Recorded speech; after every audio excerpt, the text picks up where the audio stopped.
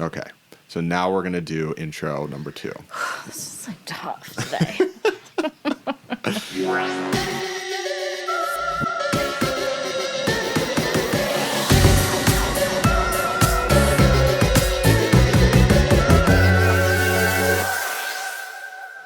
Hi. Hey, everyone. Welcome back. Welcome back to another episode of As Woo As You Want with Celine and Jeremiah. Hello. Hello. We hope everyone's doing okay.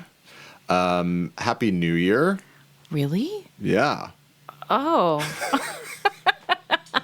Oh, you're right. Mm-hmm, Yeah, Happy New Year. We're really excited to share part 2 of our conversation with Abdi Assadi. Yep. The one and only. We hope everyone has been enjoying the first part of it. Yep. And we really loved it. I can't wait to re-listen to it. Same. And you want to add anything, Celine? No, I don't want to add anything. I think they really speak for themselves. They speak for themselves. Yeah. So without further ado, part 2. Okay. Of Abdi Assadi's interview with Celine and Jeremiah on As Woo As You Want. Okay. Yes. I keep thinking of Black Mirror. Sorry. But Black Mirror? Yeah, just... Go ahead. No, that's it. I don't know if you know the show, but... Oh. I mean, I've heard of it. I haven't seen it. It's basically like the Twilight Zone, but in the 21st century. Oh, I love it, man. And Twilight Zone was a shit. Yeah, and it's called Black Mirror, and It's pretty good. the concept is Pretty good. essentially... Yeah. You guys recommend it? I'll check it out on your recommendation. I'll check it out. If not, I'll come kick both your asses. So, Twilight Zone was a shit. Why was Twilight Zone so amazing? I used to watch it so much as a kid. Because it suspends our disbelief and also offers up the fact that this reality is not as solid as we think it is. So the relief in it is the fact that it actually shows you the possibilities. People go like, yeah, but it's crazy. And, who's got pig noses in those, all these episodes? It's like, no, but it's actually pointing to something that's so deep. By examining people's belief systems, which is totally, what was his name? The original guy that made, doesn't matter, started with an S, that made the series. His whole thing was to take people's perceptions and turn it around. Yeah. Would really just relate people's perceptions and judgments and show it to them through some kind of really out there scenario. Right. So that's something we need to do for ourselves. We need to kind of turn it around for ourselves. For me, like you talk about Black Mirror, for me, like I just look at people. You know what I mean? I'm in nature a lot, and I look at animals, and, I find animal skeletons because I'm always trekking through the woods and, like, some really gnarly looking things. And I'm just like, wow, like, we are pretty ugly, right? When you look at human beings, like, we're just a mouth with these nasty teeth, just like these crazy animals that chews everything, goes down to his intestines and shits it out. Like, we actually step back from, like, what we are. We're so hypnotized into what we think we are. We don't actually have an actual dialogue with reality. You know what I mean? Everything's taken for granted, and that's the function of hypnosis. We have to take certain things for granted to function in culture. You can't just think about all these things all the time. If you got to make a living or you have kids, right? You can't do that, but a little bit of that is actually really, really helpful. So the reason people like shows like that, because it actually gives a little break to the solidity, which is not real, of what the culture peddles you. Yeah. Right? And the culture now has become so potent that way, where you actually don't have that relationship anymore, right? So for me, being a kid in third world countries, it's like you saw the cow that gave you her milk. You saw the chicken they were going to kill, and you can decide, like, I can't fucking eat chickens because that's really sad what they do. Or like, yeah, that's really nasty. I love chickens, whatever. Then I remember coming here in the 70s, mid 70s in New York, and just like loving it, like being in these supermarkets and just, this is so great. There's such abundance. And then being like, wow, all the meat is packaged, all the milk is packaged. Like, no one is connected to where these things come from. Yeah. Right? The dissociation was so amazing. Then I look from then to now, where people even dissociated from themselves. Right? Like, most of my friends can't take a dump without a phone in their hand. So even the most basic human function is detached. You know what I'm saying? Like you're in these lot of these third world countries, you got to squat to use a toilet back in the day anyway. You know what I mean? There was no toilet. Like you were like really for me anyway, I had to concentrate. I didn't want to fall in the hole. So like you're really sitting there squatting and like, wow, boy, this is going to be rough. You know, like it's a different experience. You're embodied. I mean, people sit on the floor, eat with their hands. I'm not saying it's right, it's wrong. You're embodied. We're so disembodied that way. We're so disembodied on that level. So again, that bringing this back all around, like you want to break that hypnosis. Embodiment actually helps break that hypnosis in some ways because it puts you in touch with the 2 million-year-old you as opposed to 200-year-old you. Right? So this is that piece that's so, so important. And all the times when we actually love certain things, we're doing it. Like you're really present when you love Black Mirror. You might be watching it, but you're actually present, right? Your mind's not wandering around. You're like watching it. That's the beauty of these joyful things. They force us in a moment in a way that's just so amazing. The trick is to take that and apply it elsewhere. So just not there, but also just be like, you know what? And I'm not joking, like 3 out of 5 days when I'm going to go to the bathroom, I'm just going to sit there without a phone in my hand. Yeah. I've thought about that too. It's a prompt. Yeah. It is because it all, and remember, again, if people forget this, like you got the most bright minds working on keeping you hooked. Those are basic, way refined ways of how they kept people gambling on gambling machines. Yeah. Elevated and downloaded so you can't leave. Yeah. So all the ways, how the heart is, how the like button is, it's all, the game is so rigged because you're the commodity. But the you that's the commodity is the ego you, not they got no room for your spiritual self. That's dangerous. So right? What do you think of like the future? What do you know, I love the like down to earth, like, you know, everything's a commodity. We're not in touch with ourselves, but like, do you feel hopeful that as a society and a culture we could get there? Or do we necessarily have to just...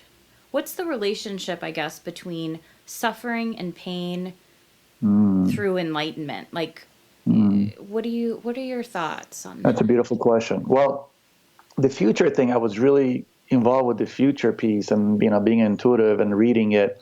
Yeah. So just from an intuitive level, things are changing so fast. But a lot of things that even 10 years ago I could intuit, now will change. Like literally, the three of us can have this conversation and can change the trajectory of our lives. It's that powerful now. So that's one thing just about intuitives and psychics and all that.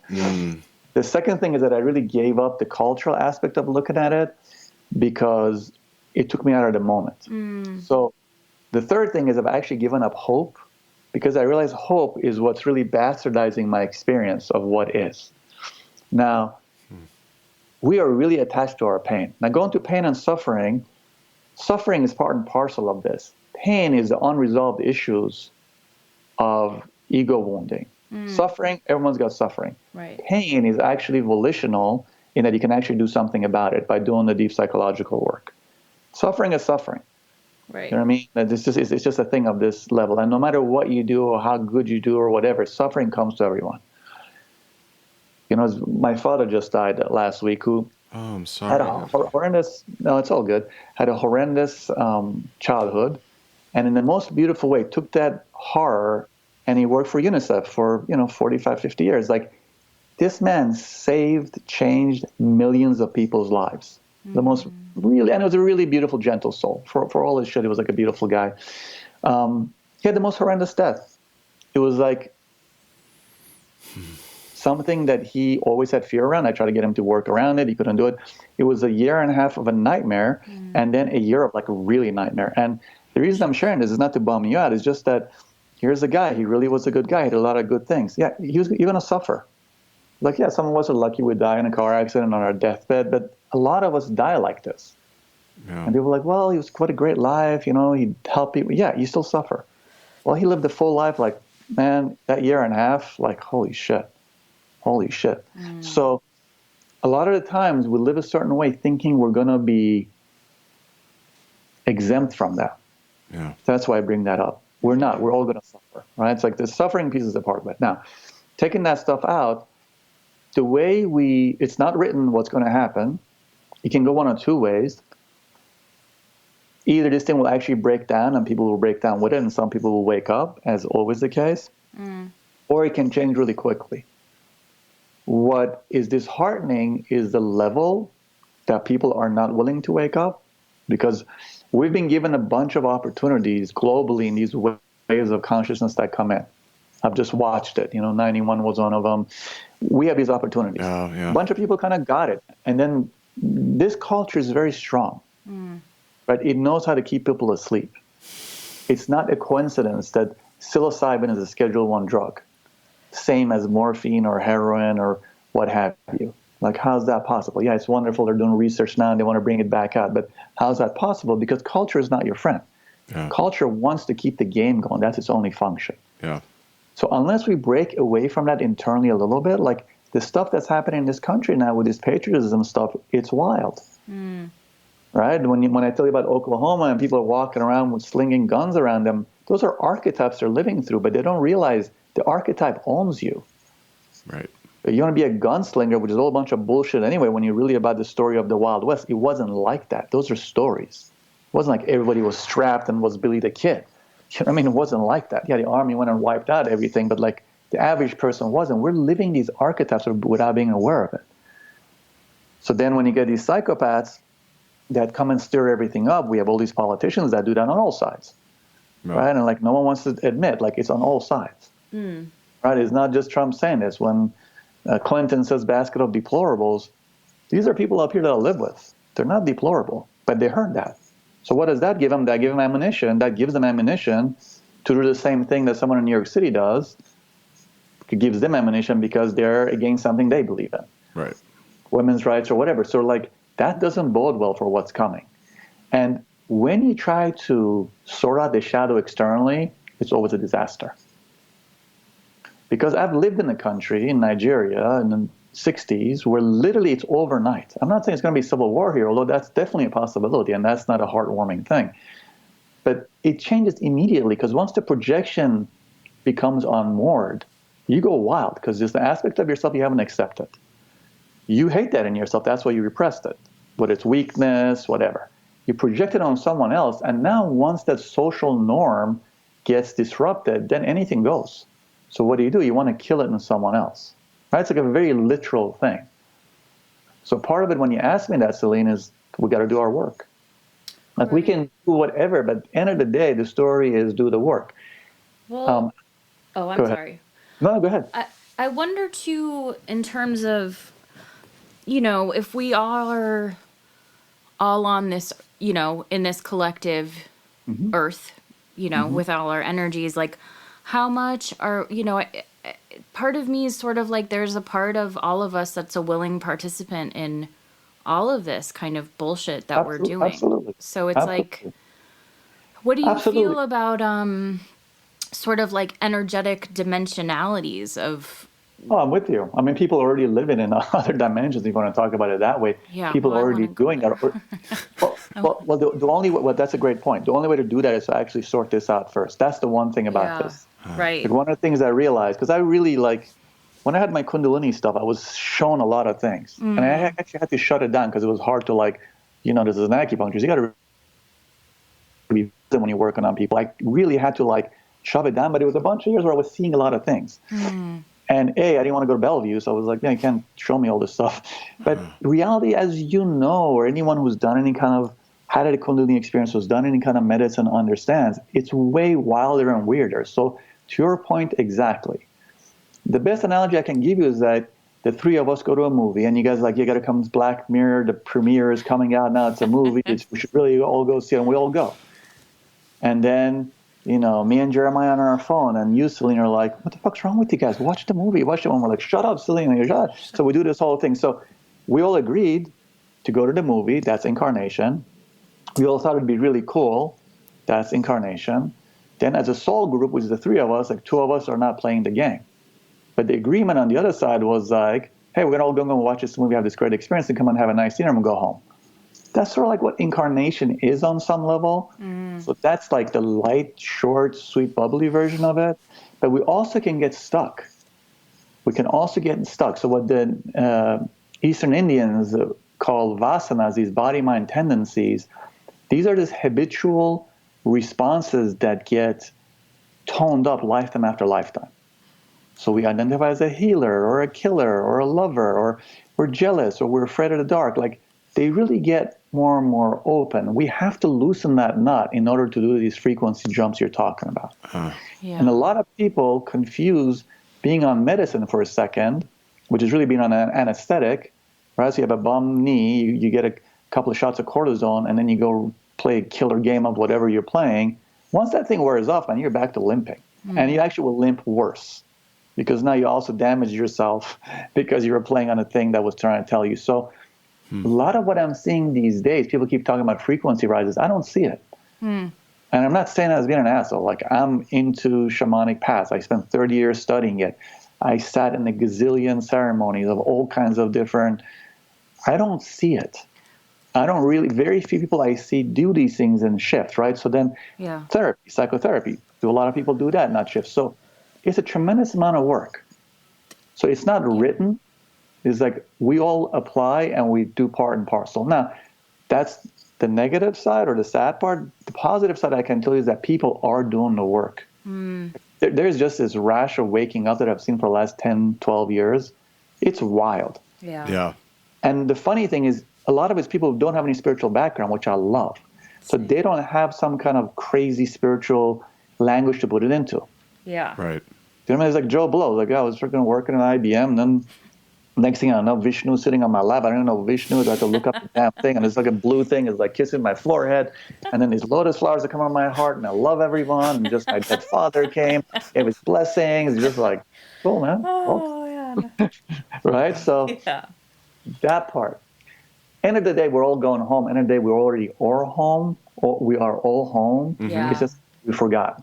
So that's also the part. But if I tell you you're already all home, and you get that letter from the patient that you shouldn't treat, and now she's suing you, and then the next letter is from the IRS that you owe $10,000 back pay, and the next thing is like your clinic mate is going like, yeah, I'm actually not going to pay rent this month.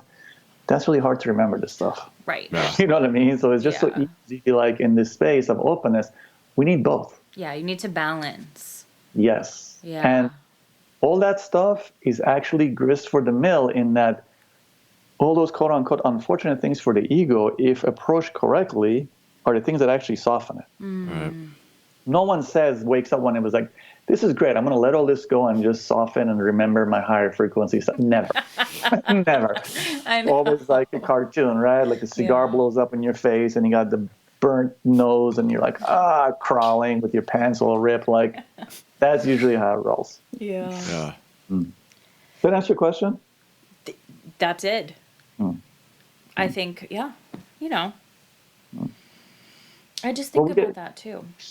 Well, it's important, and we got to give a shit on some level, right? And you obviously do. Like, you look what you do for a living. Like, you care and you love. As long as it doesn't become a shtick, as long as you realize, for example, as a healer, I'm just writing this little brief, like almost like a pamphlet for these beginning healers. There's so many new healers now. There are a lot of people that are getting called to be healers. That might be, whatever, body workers, Reiki, astrology. They don't necessarily don't have the training that me and you had, but they're getting called to be healers, and some of them are very powerful.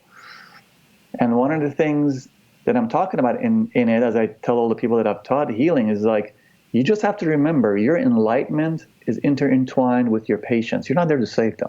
Yeah. That's a way asinine attitude, which, is a very medical, patriarchal attitude. Yeah. No, you are my slave. You will, like, no. But as long as that's a memory of understanding. Abdi? Right? The first thing I teach people. Second thing is like, no one wants to wake up. That's the other thing. People always like, oh, you're such an old goat, so you've done this for a long time. What's your experience? I'm like, yeah, people will come, they'll make an appointment, pay you a lot of money, they still don't want to know. Yeah. Just remember that it'll save a lot of pain down the road. Yeah. Right? It's like, that part's also really, really important. Yeah. Like in our own selves, you know what I mean? What part of me doesn't want to know? What part of me is happy with the shtick? I mean, I think that's where I'm at in my process.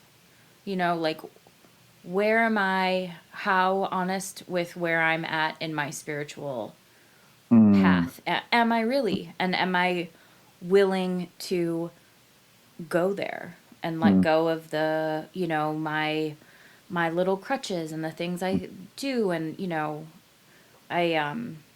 that's over the last, after I went to that workshop. I went to this workshop 2 weeks ago in Boulder to do an esoteric workshop, and it just really made me reevaluate really the authenticity of, not that I ever thought I was like bullshitty, but you know, I'm like, you know, I don't know, I could probably not drink coffee and eat meat, and like, you know, I probably should meditate more, and like that would make me be a bigger, more authentic version of myself, I think. Sorry, but that was like very personal of me to say. No, I like it. That's great. If you want to share it, I mean, we can get into it. So it's very interesting what you're saying, right? I know I have in my own self, in my past, being an addict when I got sober at a young age. So my addiction kept going. So I would do things like that. Not drink coffee, not eat meat, do stuff. Yeah. That can still be a shtick. Right. So it's a fine line between letting it come up and then doing it slowly and just having awareness. It's like, you know, some people really can have strong livers. You know this from Chinese medicine. They can drink 10 cups, be fine. Some people, their liver isn't as strong. They drink coffee, wax them out. We can then gauge it. If we can just start observing without judging, that shifts everything. Because a lot of the times we jump out. I mean, it's a given world full of shit. So as long as we all start from that, like all of us, I don't care where you are on a spiritual path, like there's going to be an aspect of you that's full of shit. We're going to laugh about it, because when you laugh about it, then it's not protected. Then I'm not protecting it. You know what I'm saying? Yeah. Then you can be like, hey, Abdi, you're full of shit. I'm like, no, what are you talking about? I'm perfect. But when I say I'm full of shit, then you can say, I'm like, yeah, we can laugh about it. So give it some room. Yeah. Right? Give it some, like, okay, so these things. Now, which of these things is something that's a thing? Like, okay, just for 3 days, don't drink coffee just to see what it feels like. You'll get a headache. You're going to feel like shit. You're going to be a little bit more clear, a little bit more tired, just to see what it's like. Right. Dip the Not toe. that, yes, dip the toe just to see what your consciousness is doing. Remember, what we're after is not being hypnotized. Right. So whatever the thing is, but remember again, the ego is an amazingly tricky beast. It can use anything to keep the hypnosis going. Yeah. And it's like, look, now I'm not drinking coffee. And now I get to judge every deplorable. It's like, yeah, that wasn't quite the point there, buddy. Like, back off there. Oh, I love that. So we all have that aspect, but it's also just letting it go. But like, that's another thing, by the way, right? With the Kundalini stuff or the medicine stuff. Yeah. People get stuck in this place of like, it's all a dream. It's fun. It's like, not quite either, because that becomes really dangerous. Yeah. Because it's all your hand. Like if you stab it, that's your hand you're stabbing. Like, it's all a dream. Let me put a knife through my hand. It's like, put that knife in there, see how that works. No, it's like it's neither, both. You know, the Four Negations. I always forget my dyslexic self. But it's the Four Negations. Not this, not that, neither, either, either, both. So the Four Negations is just a way to get your mind not to say this is how it is. Always want to be in the uncertainty, but not uncertainty as anxiety. Uncertainty is just keeping the ego a little bit in that loose sand so it can't fortify itself.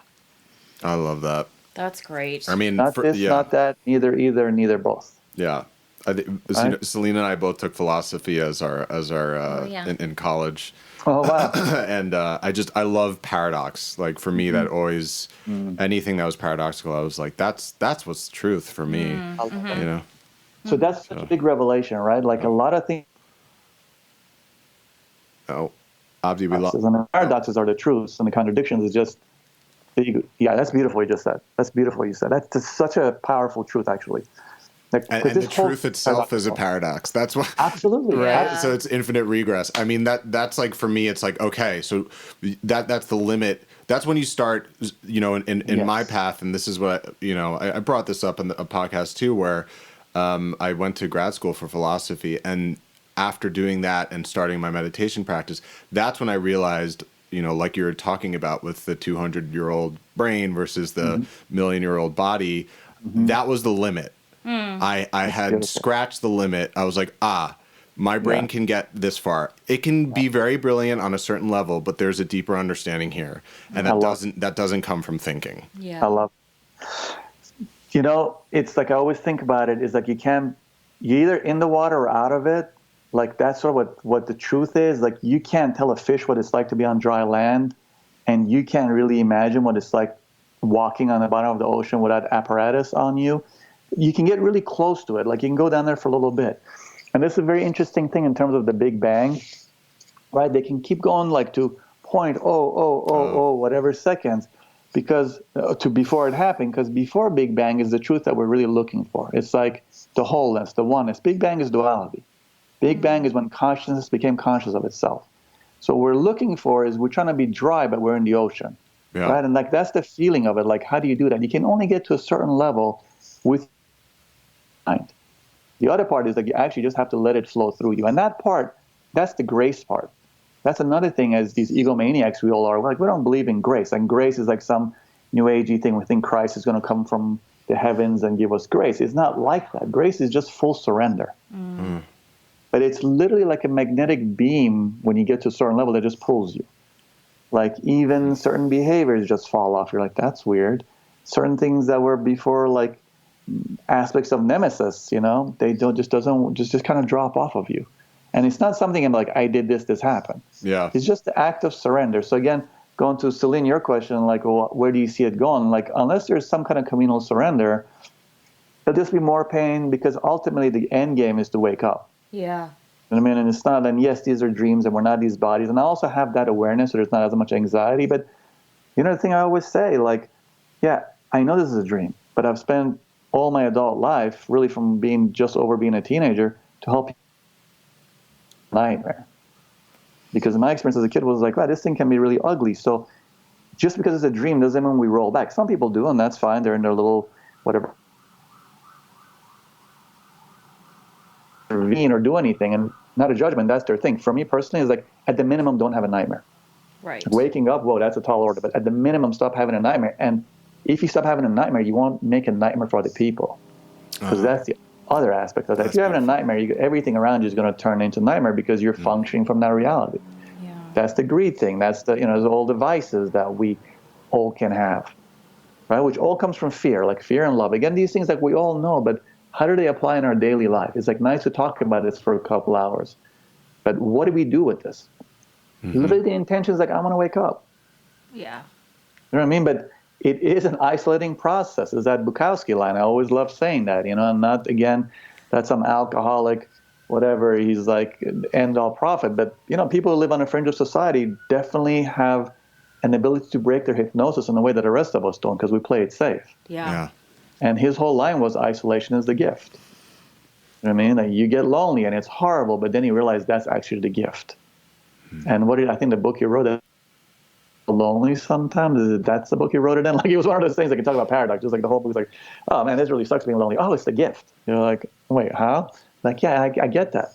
Right? Again, what we were talking about earlier, like as this kind of process deepens, it's sometimes you miss that sense of community. You miss that aspect of connecting with people. But then the other part is like, yeah, but you can't do it fakely, right? You can't be in a situation, like go to a dinner where you don't want to be there, and like, just so you're there, you're going to feel even more lonely. Yeah. Yeah. Did we solve all the universe's problems and we're all did. good now? We fixed it. We're awake. We're Yeah, done. we're done here. I'm kidding. I read this really, it's funny. I read this amazing study came out last week in the University of Ireland. So they studied narcissists, and they found that narcissists are actually really happy. They're like happier than non-narcissists. Oh. And I'd love to see what their parameters of happiness was. I couldn't quite find that yet. I'm going to dig up to it. But it would make sense, right? In a narcissistic culture, if you're a narcissist, which is really like being a sociopath on some level, and people go like, yeah, well, we're all narcissists. Like, no, real clinical narcissism, part of it is a lack of empathy, because there is such awareness of self in an unhealthy way that you don't realize. So again, the myth of Narcissus, that's what he did. He spurned people's love because he was in love with himself. So the love of others would get spurned. But like, it would make sense, right?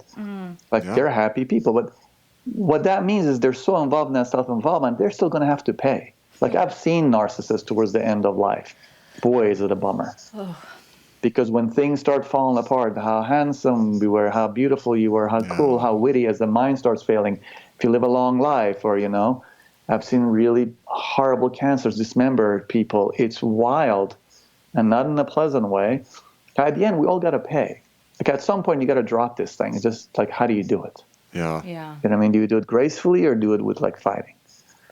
Yeah. And then it's important to have fun. Like this is another thing that we don't talk about on this level. Like keep it light too. Like there's a part of this process of Dark Knight of the Soul. It's not going to be light. That's like being in Rikers Island. Like, it's not going to be light. It's not going to Rikers. Like, yeah, man, make it light. You're like, oh, dude, I'm getting shit kicked out of myself. I'm getting Make it light. So, yeah, make it light. Just be light. It's just like, nah, food ain't light. Feeding time isn't light. Exercise, like showers, is certainly not light. Like, none of this shit is light. This is fucking fear. Yeah, that's a part of it. Yeah. But at some point when you get released out of that program, the joy thing. So let me ask you two, where's the joy for you two? Like, what's the thing that's joyful that's got nothing to do with making money, paying your bills, taking care of your friends, family, whatever? My big thing right now is I'm super psyched when I draw and paint skeletons. I love it. I know. It's this thing I've been doing. That's amazing. But that's shadow work, right? Oh. I mean, that's the thing. The thing about that kind of artwork is shadow work. Yeah. I mean, that's really wonderful. Thank you. That's nice, it's been very nice to do. Well, it's also great, right? Because it doesn't fit into what the culture wants. It's not, you're not being quote unquote productive. That's also really powerful. Yeah. It's one thing that we've really forgotten in this culture. Like, that's huge for you. You know what I mean? Yeah. That's really, really awesome. Yeah. What about you, Jeremiah? Putting me on the spot. It's a good question. And I'm glad you brought it up because I wanted to talk a little bit about. I know you bring it up a lot in terms of like inner child stuff, and yes. That was a huge piece of the puzzle that I was not aware about until a few years ago. But bringing that child into the conversation. So it's interesting. Right now it's actually not a clear answer for me. Okay. This sounds maybe like a cop-out or weird, but honestly, like I'm finding so much joy from meditating and like just being quiet. No, that's beautiful. Yeah. Not at all. That's not a cop-out and not weird. I mean, that's it. That's awesome. I mean, I know that feeling. That's beautiful. It doesn't have to be necessarily like that's a creative process. Yeah, because I think it used to be, all sorts of creative things, if it was music or movies or TV, but I find now with the culture just like bombarding you with so much shit that it's just, I don't even want to start sometimes. And so it's just nice to like literally not even. Yeah. And I love it. No, it's good and no one does it. I mean, again, the thing that I love about that it's not productive. Like one of the things in this culture is like when you're productive, everyone like loves it. But when you're not quote unquote productive, I mean, obviously it's productive, but you know what I mean? It's like so powerful when you're doing something like that for its own sake. And that's one of the things about such a hyper market-driven culture like ours. These things are really, really now falling by the wayside. And part of it is just the force of the marketplace. Everyone's got to work 24/7 to make ends meet because everything is so expensive. Like, it's survival. But there's a big difference between surviving and living. Yeah. Like, what you're doing with your meditation, you're living. That's not survival. What you're doing with your drawing of skeletons, Celine, is you're living. You're not surviving. Right? No, seriously. Yeah, I know. It just sounds so funny. With your skeleton drawing. Yeah, but so many cultures do that. I mean, again, when I was a kid in Africa, Nigeria, like I still have these masks. Like making these frightening masks was part of it. I mean, that's how the shadow gets worked into it. Where's our shadow in this culture? Some lame Hollywood movie, Trainwreck 19 with like this actor pointing a gun at that person. It's like the same fucking story over and over. And like, yeah, we need this stuff. Like we need WWF, wrestling. It's funny sorry to go ahead. Not at all. The other thing I was going to say was sometimes the other thing that I really enjoyed doing is now like, a lot of theaters are like dine in and you can like get a drink or like whatever. So now I'll like take my kid out to like a matinee and like get like like an ice cream shake.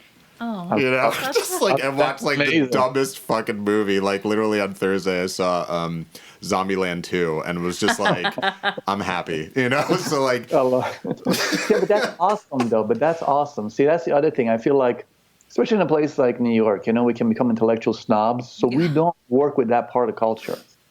Like there's something to be said for that aspect because a little boy in you loves that. Do you know what I'm saying? It's like not always has to be highbrow stuff. Yes. Yeah. So there's something really powerful with that, and that's far from being dumb. And not to mention for your child, that's going to be like something that they will remember forever, because that's such a bonding experience where like you're actually taking time out of like routine things, really powerful things that people also don't do with kids. You know what I mean? Like, we feast on this stuff. That stuff feeds a child so much, because that 2 hours for a child is like 10 hours as an adult time, right? Their sense of time is so different to have their dad with them. It's beautiful, man. Yeah. That's beautiful. I love that, the concept of time with a child. Yeah, it's so true. It's so different. They really function at a different level. So for us, as you get older, this shit really moves fast. Like when you're at that age, it's like a thing. It's like a feast, and the flavors and the taste. I mean, it's like beautiful, man. Kids lucky to have you, man. That's a beautiful thing. I mean, we had more parents like you, it'd be a lot less fucked up people. That's for sure. I'm working on it. Well, that first 7 years, man, all the imprint. You know what I mean? That imprint is like third-degree burns when it's not correct, and it's like beautiful gold inlay when it is. It's the imprint thing is really huge, and that's again another thing you were asking about before, Celine. Like, what do we do for this world? Is truly, truly, truly live it. Live as honestly as you can. It just shit just permeates. Yeah. It's just like being an asshole permeates, because you're so miserable and you like hate everything in your life. That also affects everything around you adversely. Mm-hmm. Being in that mode of having a little bit of relationship with yourself. Like, it scares some people. Some people are really attracted to it because it gives them permission. People really want to know. I mean, they're starving. That's another thing. Like, nothing's scratching the itch. Yeah. And of course, these pharmaceutical companies are responsible, and these drugs are, so addictive. But it's not just that. We don't want to make room for the fact that there is nowhere to eat on a soul level. That's what we're dying. Like, you can only shop so much, fuck so much, judge so much, consume so much. I mean, those things are wonderful. At some point, you need that connection with self. Really, really, really. It's like not having oxygen on your spacesuit. You can see the most beautiful view. You're going to die in that suit at some point. Yeah. Go back to Narcissists. He died starving. He died starving because he was just staring at the image. He wasn't in relationship. But we all know, being in a relationship. Relationships are messy, and they're a pain in the ass. And for like 1 minute of goodness, you got 59 minutes of, I want to stab this motherfucker in the head with a knife. Put the gun down. Like, it's like, that's the reality of it. As sexy as it is for the first 6 months. Then it's like, oh boy, we got to roll these sleeves up now? Yes. Oh man, here we go. Yeah. But that's the aliveness, right? It's like not retreating, although that might be some people's paths. But the rest of us, that interaction thing is also a part of it. Yeah.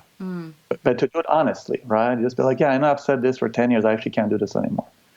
Yeah. I know that was the original agreement. I said this. Actually, I need you to share in this. I was really hiding here. I said I really enjoy this. I actually hate it. I was just doing this because, this is what worked for my parents. I need something different. That's another thing with the waking up process. It scares the hell out of people. They're going like, whoa, whoa, whoa. How are you changing this in the middle? The agreement was you're going to do this and this and this. Oh, yeah.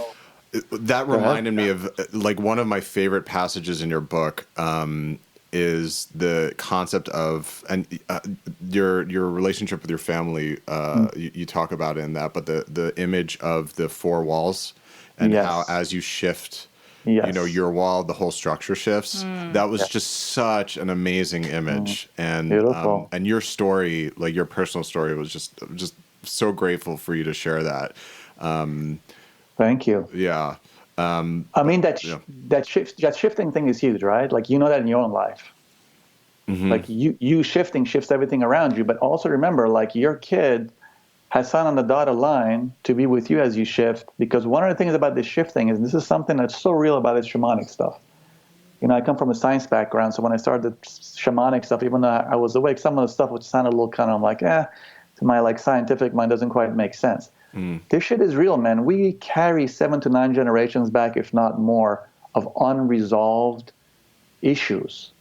These vasanas that we talk about. So when you do the healing that you're doing, your kid isn't going to have to carry that. That's a real thing. That is more important than any fucking college fund you have for him, or I don't care, whatever kind of parenting you do. That is the biggest gift, because he comes out of there with that spiritual debt. Yeah. Or instead of having $2 million of spiritual debt, 50 grand. Yeah, 50 grand you can pay off. $2 million, there's a reason they've opened the debtor's prison again. They know they're going to make some money off of that. So that's the part that's so, so powerful. Yeah. Does that make sense? Mm-hmm. Absolutely. Yeah. And then thank you for saying that to me about sharing the story. The sharing the story in that book was so healing for me because I had to start, part of my childhood wounding was to have this idealized self. Now, idealized self was like I had woken up, I was really good psychic, I was a really good clinician, just something I was gifted at, so I could do cool stuff. So people treating me a certain way, started treating me a certain way, and then I started acting like that. And I started healing like at 21 years of age. I mean, I was like dealing with people dying in my early 20s, so I was way older. So one thing great about the book was just been like, here's all these fucking ugly shit that I've tried to hide. And like, what you got from me? Like, the reason I can sit with you is because I've been through it. I mean, this is what I always say. Being, broken relationships, got that covered. Addiction, got that covered. Being full of shit and lying, got that. What do you got? Like, there's nothing to tell me. I'm just like, yeah, dude, I've done that. Doesn't work. I know you feel that. I know. Like violence, yeah, cool. Doesn't work. Being so scared, you know what I mean? People are like, oh, that's so cool. You have 6 black belts. It's like, yeah, it's kind of cool. Usually someone who gets 6 or 7. Just saying. Not cool. It's like awesome to do martial arts. I'm not saying that, but we all hide. So the thing that I also say to people, like, you don't need to go write a book and put all your laundry out in the open, but certainly not hiding and saying stuff. How you doing? I feel like shit today. Not like great. Not like what? How you doing? I'm really anxious today. It'll freak the fuck out of someone. I'm not saying you need to say that to the bus driver. But certainly when someone asks that question and they got a little bit of room of actually giving a shit of what you got to say, don't say I'm fine. Yeah. Like for you, Celine, when you go like, what do I change? Just start with that. Not your patients. Your patients, they have to hear you're fine because that's not their job. But right, I'm sure you got that covered. Like you know those healers. They like talk for 20 minutes. You're like, yeah, I thought this was my session, but you want to pay me now? But certainly, if like Jeremiah asks you, just like, yeah, man, I don't want to talk to this asshole today. I'm really tired. I didn't sleep. I'm really tired. Like, yeah, I'm interested, but like, I don't really have it in me today. But we'll do it. Like literally, that honesty, it's so powerful. Yeah, it's so powerful and liberating. And none of us do it. And it's not because we're assholes, it's because we've been trained with this default setting answer. It's all good. And then you kind of realize that part of you that's not all good, you're not fine, it's so stressed, right? So again, this level of self-honesty is so potent for self. And yes, most people don't want to know how you're doing. It's a pat answer. It's just a cool experience, just a cool thing just to try out. I love that. Yeah, so and much. They'll probably just go on anyway. Yeah, they don't care. You know what I mean? Anyway, let me tell you about my new socks that I got. These are awesome silk. They're like, yeah, okay, but you did the practice. You know what I mean? How you doing? Like, I just came out with this esoteric thing. It's really hard to be back in New York. Boulder with that altitude and the beauty and just so charged, and you come back, and I'm just like, yeah, I'm having a hard time re-entry. You know what I mean? Or like, I really miss New York. It's great to be back. Just not fine. Right. Let me ask you this. I'm not putting you on the spot or anything. What's next for you guys?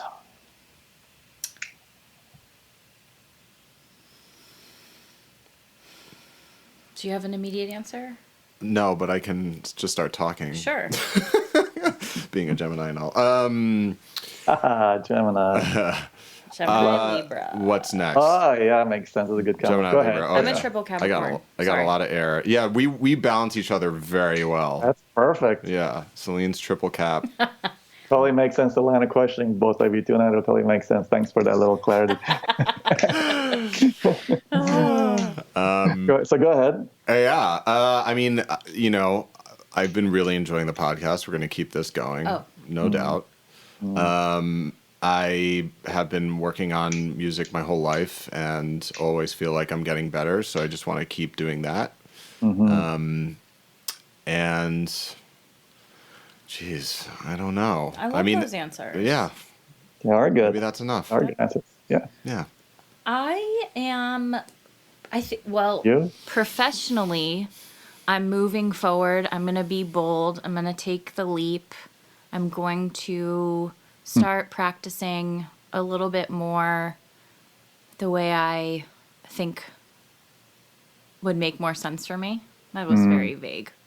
I'm basically just going to try to do more, energetic, esoteric type healings, but I also know that that's not for everybody, and it just really fits into everything you were talking about already. You know, like, people don't really want to face what they need to change, but I kind of feel like I can attract those people. So that... Make an intention. Yeah. Make an intention. Because I actually went through that. It'll happen. But make an intention. You literally sit down, you ask just with your mind. Yeah. Sit down for 10 days, do a ceremony. Like, I want people, that's what I did. I was like, I want people that want to wake up. So after 10 whatever years of working, I realized, like, I couldn't do this. I'm a good body worker, but I wanted to do this work, like what I'm doing now. Yeah. And it was just setting an intention. Like, within 6 months, it changed. My intention was, like, I telling the universe, which is your own self, but making a conscious volitional decision. Because remember, this is not you having had this. It's an aspect of you that was preset to be awakened at this time as the planet's waking up, because people need that. So going back to our talk before, if someone's afraid, if you were afraid, you wouldn't do that. You would start feeling worse. Your practice would start dying anyway because you're not doing what you need to be doing. To listen to these things and take that jump before the universe starts doing it for you, it happens so much quicker, so much more gently. So you just make an intention. And intention is literally like conscious intent. Yeah. Literally write it down so it's clear. I want people like me who come here, who want to work, who want to really do the spiritual work. Yeah. Literally, it will change. And your people who don't want to do that kind of work, there'll be other people they'll find. But there are people waiting for someone like you, haven't done the practice and learning, who's not just going to wing it, to come to, right? And that's happening to a lot of people right now, by the way. So again, to your listeners, if they're having these kinds of issues, like, yeah, I work in a corporate world, I'm really getting to be a healer, or like, I'm a healer, I need to go to the corporate world. Make an intention. We don't need to figure this stuff out. All we do is like, I hear you, inner voice. I will take this one step. I'll go to Boulder and take a class, right? Not too dangerous. You're not like quitting your practice. Now I'm going to set an intention. Yeah. Right? But with Jeremiah, with you, like, yeah, I was really burnt on this because I did it for so long from such a young age. Now I'm going to open up to it. The things I know. This podcast, I know. Me and Celine are going to be doing this because that I know 100%. Great. You know something.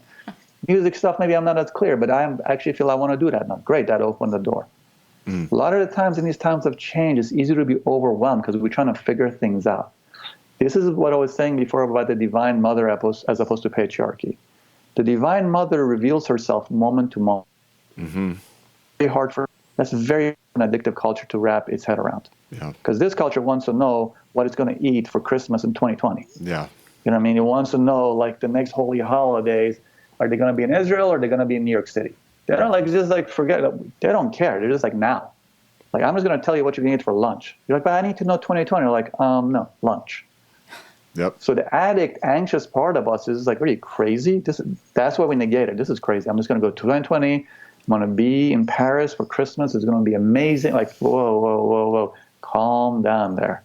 So this slowing down piece, which is why you love sitting in your meditations, not Jeremiah, will give you that peace. Yeah. Right? And it'll get revealed. So again, it's just like the way you said it, Celine, is really beautiful. It's like, yes, it's good. It's okay to be. It's like, I want to do this. It's a little scary. No, I'm going to do it. Oh, but sometimes I get scared, and you wake up 3 a.m, like, oh, fuck, am I crazy? I mean, I got a good gig going here. Love my patients. What the fuck am I doing, right? Not that you're doing that, although I know you are. Not that you're doing that. It really, I know you are. I totally felt that. So it just, but no one will hear us whisper. No, so no one knows. No one will know. Because everyone's going through this right now. So like, I'm telling you, like, a bunch of your listeners will listen to this, be like, oh my God, that's what I'm going through. That's definitely something that's happening now. Yeah. So, I just changed my practice recently. I'm just doing phone sessions now after 5 years of doing body work. So I talk to people from all around the world 3 days a week. Wow. Same conversation. Because what I did, which is like change, is like I really didn't want it. I love my practice. I love my patients. It was very difficult for me. But my inner voice was like, you need to go in the middle of the woods, not giving you any time. Like, you need to do that and change your practice. And I'm like, wait, I love my work. I love New York City. It's my home. They're like, nah, it doesn't matter. You're doing this. I'm old enough to realize, like, if I don't listen to that, it's going to blow up in my face. So sort of hesitant, I'm like, okay. Right? And I literally, like, stop a practice overnight in a couple of months of something I've done for a long, long time that I love, that I adore, that feeds me well in my heart, in my pocketbook. Do this. Like, I couldn't even imagine the joy that I'm having these last 3-4 months. And able to reach people that I couldn't reach. Now, there's a sacrifice, right? Of course I miss my patients. I mean, I'm like third generation with some of these people. I love them. They're like my family. Yeah. So it's not like there's not an element of sacrifice when the soul calls. It is sacrifice, right? I miss them. They miss me. There's a connection. But the other part is the soul saying, like, this is your work, man. You sign on a dotted line somewhere. At this stage, you're going to do service this way. You're going to do this or not. And that's what's happening to both of you. But that's also what's happening to a lot of people. And when I say a lot of people, like literally I talk to like 3 continents every week, easy. And people like twice my age, which is hard to do, and people like half my age, easy to do. They're going to the same thing. The people 40 years married, like, I don't know. Like, I don't even like, I actually think I might be gay. Beautiful, man. How courageous of you to look at that, right? We're being called. It might be little things, it might be big things. But we all have to answer this right now. And the function is just to be more joyous. It really does bring the joy piece. But it's not to say that it's not going to be scary, anxiety-producing, crazy-making. Yeah. You know, the Celine, like for you, it's just like, well, how am I going to go find people who want esoteric work? That's the whole point. You don't need to. You just say yes to the universe. Yeah. This is where the New Agey stuff actually is real. It's just not real the way most people do it. It's not that kind of like wishy-washy thing. You got to put the footwork in. Mm-hmm. Yeah. You know? Mm-hmm. Oh, Lord, please buy me a Mercedes-Benz. Like, that was the original, like, making fun of Oprah. You know what I mean? It's like making fun of that whole world, that song. So it's not like that. It's a matter of, like, doing the footwork, being like, oh, I'm hearing now something. I mean, people don't realize what a blessing it is when you hear that voice. They just see the negative, like, oh, my God, I can't believe I'm getting this thing. It's like, whoa, forget about that. You just now got communication channels open to the mothership. How cool is that? Yeah. All your problems are because you're not communicating or not listening or not turning on the CB radio. Like, you're just running blind. Like, once in a while you hit something, most of the time you'll be crashing into things. Once you turn that on, you just show up. The next direction will come. Go to Boulder. Next direction will come. Stop treating these patients. Next direction will come. Stop working here and go here. Go to Maya Rosa and give 2 talks about esoteric healing. Next thing, 3 people come in. You rock them and totally knock their socks off, and they're so much happier, 10 of their friends come in. It's just like that. Yeah. But it's not like 10 of their friends are going to come in from when you got the equation, like you just need to change your practice a bit. No. There's many, many steps. Each one is going to be guided in the moment. Right? The triple cab is going like, fuck you. Oh my God, you're literally, I can't believe you literally read her face. I mean, that was bananas. Oh, it's so, I'm such a little like Capricorn. But you're right, I know. I just gotta like do it. Clinically, I got over years of, so we manifest, incarnate into these bodies with these very specific signs, which are archetypes because of what we need to experience. Yeah. Right? So Pisces like me, who's like leaning towards Aries. I have that fire, but I got that warm water. I can be in that kind of intuitive. I'll have a different experience than you. My anxiety will manifest differently. My Gemini Libra brother there will have a different experience. He can kind of split himself when he needs to, but he can also be amazingly direct and pay attention to the Libra part and balance things out. Like these archetypes for you, the triplet, they're very interesting. So I used to work in the beginning of my career, when I was like working with a lot of AIDS patients, I realized like I'm just going to commit suicide. It's so painful. So I started working with delivering babies with doulas and OBGYNs and it was really interesting. It took a couple of years to get like these kids, these infants before they were born. They literally like you could tell like they were holding on to come at a specific time, or they would come out in a rush so fast to be a specific time. At first, I was like, "This is interesting." I could feel something is up. And I was like, wow, that's what that is. That's what it is. And sometimes I actually get that with people's deaths too, not always. That's not as clear to me, although I've seen sometimes they're going to leave at a very specific entrance of a time. But certainly with this coming in, like literally people getting Pitocin and the kids like, hanging in there. And it'll come at a time where you're like, holy shit, this little bugger needed to be here exactly at this time. Because she will get very specific archetypical qualities that'll be part of their mission and experience here. It's very interesting, that stuff. Again, this is stuff like, okay, that and $6 will buy a nasty cup of coffee. But it is interesting when you see it. It kind of makes you realize, just like you were getting, Celine, with your instructions, or you were Jeremiah with yours, like we're actually held in some weird way.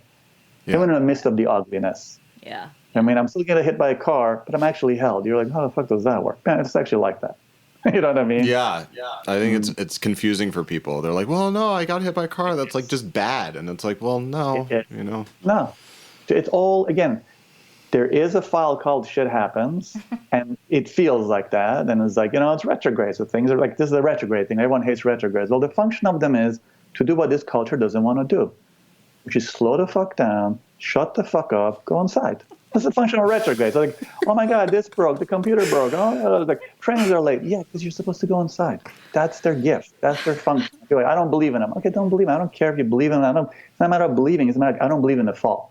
It's like, I'm upstate New York right now. It's 30 degrees outside and it's gloomy. I cannot believe in it. It's like, it's what it is. Yeah. Doesn't mean I don't go out. It just means I put on thicker socks, thicker jacket, a bigger, you know, thicker helmet with a bigger sock underneath, and then go rip around in the woods. It doesn't mean I don't go out, but I don't act like it's summer.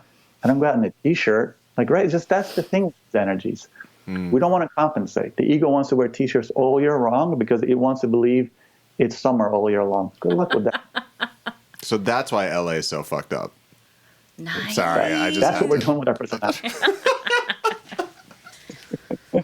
I had to throw that in there.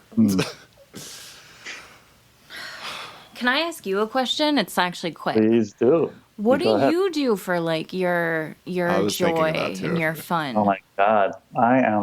I love joy and fun. So for me, when I was a kid, the thing that saved me, because again, my dad worked for UNICEF. I lived in all these countries. I was around a lot of suffering. You know, my mom was like bipolar. There was a lot of like issues going on.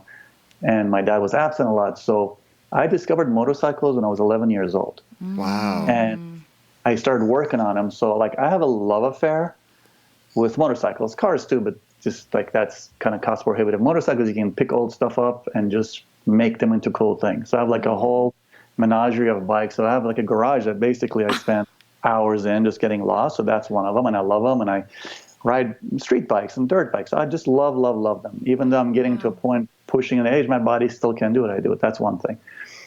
The other thing, like you, I make collages. And a lot of times there's actually skeletons and skulls and all kinds of death stuff. People orbit is like, it's very powerful. I find the unconscious speaks really loudly towards them. So making art's been a thing for me for a long time. So I don't have the talent of someone who can paint or draw, but collages is something I learned at a young age. It's like, no, people don't have that talent. They can do that. Yeah. So those are two things that's like a pretty much of a daily thing for me. I like them. Yeah, it's just like the art thing is really big. Yeah. I mean, like I love music. I play music. I have a huge record collection. I listen to music from around. Like that stuff, the music thing is also huge. I find the beats, like a lot of African drumming, like it drops you in your body, like in a way that things don't. You know what I mean? And even like people are like, oh, you know, what a poser. You got a record collection. No, the record thing is so important. Yes, the sound of his electronic shit's so much better. I love the fact of actually putting on a record, sit my ass down, having 20 minutes, 23 minutes, 24 minutes, and then having to get back up to make a commitment to be in the moment, flip the damn thing around and sit and listen to it again. It's such a different experience meditative-wise because I have a huge CD collection. I can throw shit in. I kind of go off on automatic in some weird way, unless I'm really, really present. There's something about the record thing that actually is forced meditation because you got to have an interaction with the damn thing. You can't just put it on and then 600 songs play. Yeah. It's like you're listening to that one thing and then like, is it this side, that side? You know which song is where. It's so interesting tactile-wise. So I would say those are the three things. Okay. Yeah. Cool. What's your favorite color? Me? Just kidding. Oh. I had to throw that like little valley talk in there. Anything else you guys want to cover? I don't know. No? Yes? I mean, maybe? I was gonna ask about, you know, just your background, but I feel like you've interspersed the whole conversation with it, so I think it's superfluous at this point.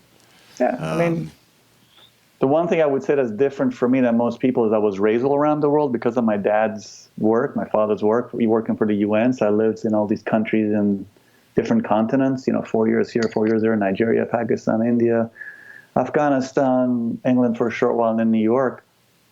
I didn't get hypnotized to the national identity thing. Yeah. You know what I mean? Like, I don't, like, I'm American, but, like, I love the people of this country. I never, like, love a country. I love the geography of a country, and I love its people. But the nationalism thing never worked into it for me, because I've just seen people do crazy things with that, and I'm seeing it here too. So I would say the biggest thing in my background was, besides the love of that we're all the same, because everyone's really the same, was I didn't get hypnotized with that nationalistic piece, which, like, it's amazing. I mean, I'm sure you guys are like very awake and this and that, but it's sort of like what the author Marquez used to say. I mean, nationalism is the biggest curse, because it really keeps that hypnosis in and doesn't allow us to go outside. Yeah. Yeah. The thing in my background was not being over-identified with one culture. It's just realizing we're all the same: black, brown, green, orange, yellow, Mars. It's like all the same thing, which sometimes we can miss. You know what I mean? Yeah. Yeah. That's an amazing background to have. Yeah, no, that part is a blessing. The shitty part of it is, like, I got to live in a lot of places where people are dying and starving and civil wars, and seeing the cruelty of humanity and what people are capable to do to their fellow brethren. That part's not pleasant, but that's the nature of this realm too. That's what the unconscious does. Yeah. Yeah. But I figure that's a fair balance. Yeah. Light and dark. Light and dark. Light and dark. Light and dark. There you go. There we go. That's a nice closure right there. Yeah. Light and dark and everything in between. Is that the next book?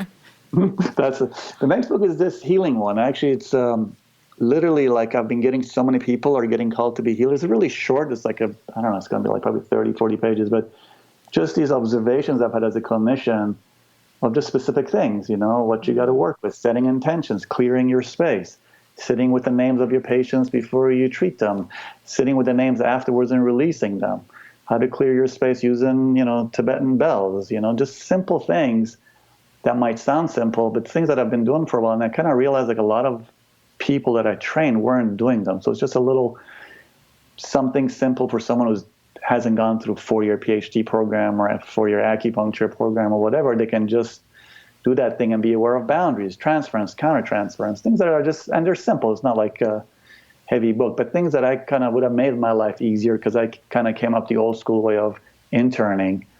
So I didn't learn about this stuff till 20 years into doing the kind of work, when I started doing real psychological studying psychology.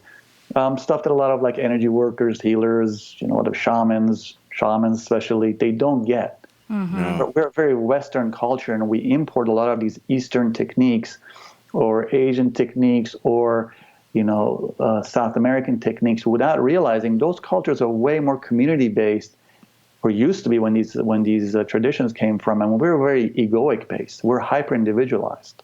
Yeah. So there's aspects. Pardon? That's amazing. That book sounds amazing.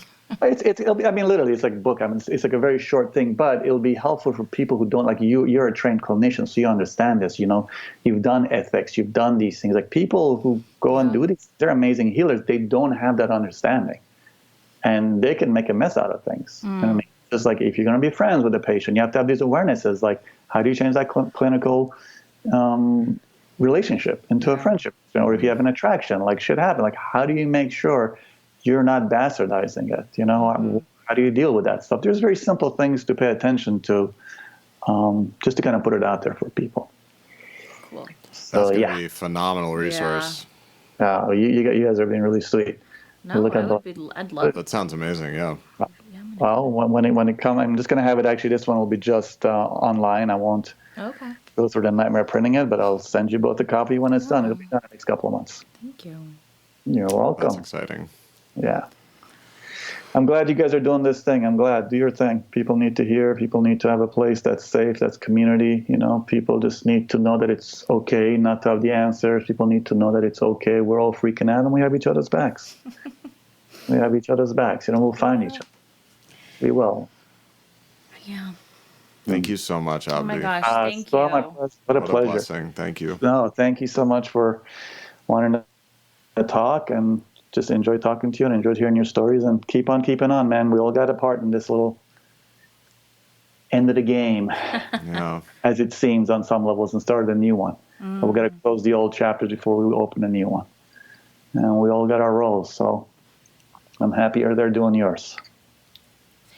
Thank you. Same to you. You're welcome. Thank you. Okay. Don't let anybody else hear you. Okay. I won't say anything. Okay. Have a great rest of your day, guys. Send you lots of love. Lots you too. of love. Much Thanks love. so much. Thank you so much. Thank you. Bye. Well, that was the end of the two-parter with Abdi Assadi. Yep. We plugged him in the last one. We're going to plug him in again in this one. Yep. AbdiAssadi.com, AbdiAssadi.com. Check out his book, Shadows on the Path. Check out his podcast. Go to his website if you want to talk to him. Do it. You can contact him through his website. He's unbelievable. You clearly know that because you listened to over 2 hours of us talking, and he's just like a magic man. He's very much a magic man. Yeah. Do you want to like reflect? Should we at all? say stuff about it? Yeah, let's reflect a little bit. I mean, here's some news. These are some things. Yeah. I came into the session today like so flustered. I was like really out of my body. Just like meh, annoying. Meh. Yeah. And she's not exaggerating. No, I'm not. And I went through like a myriad of emotions during our 2-hour phone conversation. Yeah. Which went from like resistant to like floored to then like really in the flow. And it was a very interesting process. I know. Awesome. It was really cool because I didn't know what to expect. I haven't had a session with him. I did read the book, which I was like, yes, please. But, he is an intuitive and I mean, psychic. Clearly people could probably get clearly. get that from but like the things of how he was speaking when we were just talking about personal stuff or just like, energy stuff. And then I would react and I wouldn't say anything. And then he would say what I was thinking. I was like, okay. Yeah. Okay. Yeah. I see you. So no, he sees you. He sees me. And he actually, it was like perfect. It gave me just what I needed. That's awesome. And it was just a brief little dipping the toe. But I was like, thank you. Yeah. So thank you, Abdi. Yeah, thank you so much, Abdi. That was wonderful. I mean, there were so many points in that conversation. He touched on so many things. So much. Where my head was at, like at certain points, like not just now, but like in the past few days, where he would like say something and I was like, what the fuck? Like I was literally thinking that like 2 days ago, or like I was literally experiencing that like a couple days ago. So, yeah. And by the way, I am fine. We reveal that, I actually did get hit by a car after talking with Abdi at the end of that day, which was bananas. But I'm okay. Just want to reassure everyone. Mm-hmm. But yeah, that was amazing. Mm-hmm. Celine, you kind of came in like, you were like, I wasn't, and he said it in the conversation. He called me out on how I was. When I don't even know if you got that. There's like a point where he like is like, can you come in flustered and you don't want to have this conversation with this guy? And I was like, oh my God. Like it wasn't to that extent, but I was just like, I wasn't in the space that I wanted to do. It wasn't how I envisioned myself having this conversation coming in. That wasn't how I wanted it to be. And you came in that way, and I was like, well, maybe we'll like ask Abdi to do a grounding meditation, and then he just did it. I know. I was like, yep, he just did it. He was like, this woman needs to cool it. Yeah. It was wild. Yeah, it was great. He does a lot with embodiment, and it's really nice. Yeah. I loved when we talked about our astrology signs, and he was like, that makes sense for the questions you were asking. I know. We totally should have started with that, but we just went off. Anyway, I think, if you could get a session with him, it would be fantastic. Yeah. To everyone listening. Yeah. I mean, if you listened, you can tell. Yeah. He's just an amazing person. You know what's interesting? My final point is, I did the esoteric thing a couple weeks ago, and that Dr. Sankey, it seems like there's this common thread happening where intuitive healers, et cetera, who are like teaching are really anti-social media. Like, because Abdi talked a lot about it and how it's like destructive, which it is. But then it was also reiterated to me 2 weeks ago. So it's interesting. Yeah. Yeah. I think with all this stuff, I mean, he said it himself, it's like, everyone has their own path. Everyone has their own balance. Yeah. But it's balance, right? Like he said, I'm not a Philistine. Like he has an Instagram account. Go follow him. He rides Abdi Assadi. motorcycles. Yeah. He's modern. I mean, he has a podcast. Well, it's no, not like I love that. But again, it's like you said, it's like after 5 minutes, 10 minutes of watching like motorcycles and like, you know, martial artists, it's like, what are you doing? Yeah. You know, like at a certain point, it's enough, you know? Yeah. And I think it's just finding that balance for everyone and being, and like you said, being conscious of it, like really being conscious. Yeah. Yeah. For sure. Because otherwise you're a slave to the thing. Right. Right? Like right. that's where the freedom versus slavery part comes into it. But that was a ride. It was a ride. We went on a ride. He took us on a motorcycle ride. Yeah. A spiritual motorcycle ride. I want to hang out with him. Me too. Right? I want to go upstate and look at flowers. Yeah, we can look at animal carcasses together. Oh my god, and we could draw skeletons together. That was so awesome. Yeah. Well, we hope everyone enjoyed it, and it kind of brings you into the new year with some new energy, some new insights, some new openings, some expansiveness, and yeah, please let us know what you thought. DM us on Instagram. You can comment on the post. Follow us on Twitter and all that stuff. Talking about social media. And check out our Patreon page, patreon.com/aswooasyouwant. And we love you. And stay warm. Stay warm in the tundra. Yeah. Bye. Bye.